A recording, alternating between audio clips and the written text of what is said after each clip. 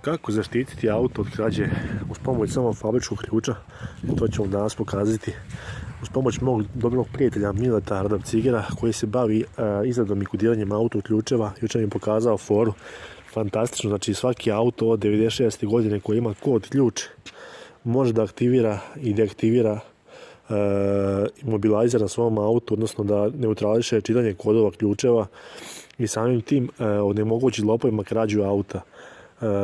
Jako se prosto deaktivira i aktivira imobilizer, znači samo fabričkim ključem jednostavno onemogućite lopovima, znači da li laptopovima ili turbodekoderima ne mogu uopšte da upale auto jer je imobilizer neaktivan.